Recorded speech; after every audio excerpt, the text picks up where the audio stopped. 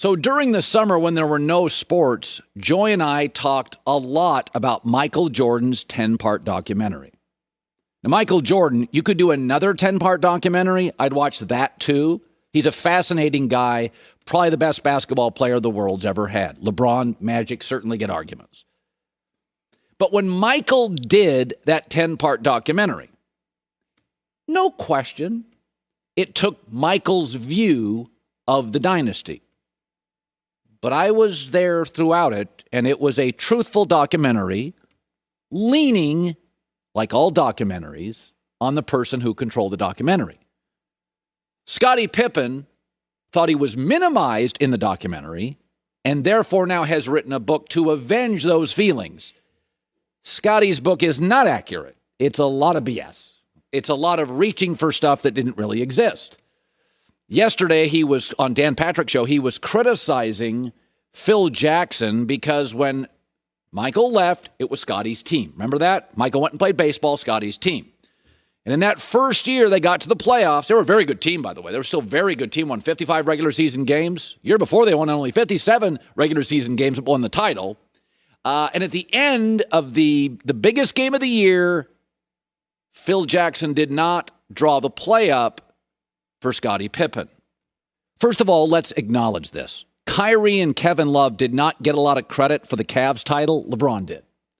Kareem Abdul-Jabbar played with Magic on the Showtime Lakers. They're known as Magic Showtime Lakers, and Kareem's the leading scorer in league history. So let's be honest. When you play with a Magic and a Michael and a LeBron, you get minimized. They're called Magic Showtime Lakers. Many people believe Kareem's the best player ever if you really go to stats and numbers and longevity and defense and offense and unstoppable. It's Magic Showtime Lakers. Kyrie hit the big shot for the Cavs. It's LeBron's title with the Cavs. That's the reality of it. So Scottie is never going to get the love that he probably deserves because Michael was the best player and the most glamorous and the coolest and had the biggest shoe deal. So that's just the reality of playing with the greatest Batman ever.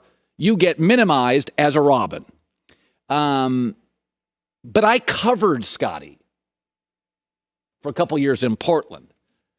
And here's the part that Scottie doesn't want to talk about. Scottie always wanted to be viewed as a one, paid like a one, get all the accessories of a one, the respect of a one. But if he played poorly, he wouldn't be around for the tough questions. That's part of being a one. Availability. Paul George, availability. You want to be a one, you got to be ready to play, ready to talk about failure, ready, regardless of how you feel the flu game, you got to be there. Scottie, and I've seen this a lot in pro sports, a lot of people want to be seen as a one, talked about as a one, paid as a one, but they don't want to do all the one stuff. And the longer Pippen took control of the Bulls after Michael left, the more he unraveled. And here's another thing that's not talked about when I covered Scottie. The idea that Phil Jackson did not draw a play up for him. That's very interesting. Scottie was never a closer. He was just an incredible player and an incredible athlete. But I covered the best non-final series, I believe, ever. Lakers-Blazers went 7. That's the iconic Kobe to Shaq slam dunk. I was in behind the basket. I covered that series. Unbelievable. There for every minute of every game. Best series, non-final series I've ever seen. So if Phil Jackson is racist, and that was the insinuation, for not drawing up a play for Scottie Pippen instead Kukoc, though Phil drew up a couple for Scottie, go to that game 7. Scottie was 3 for 10. I thought he's a 1. Do you know what he was in the fourth quarter of that game as a Blazer for the Blazers against the Lakers? He was 0 for 3 and a minus 17 in the fourth quarter.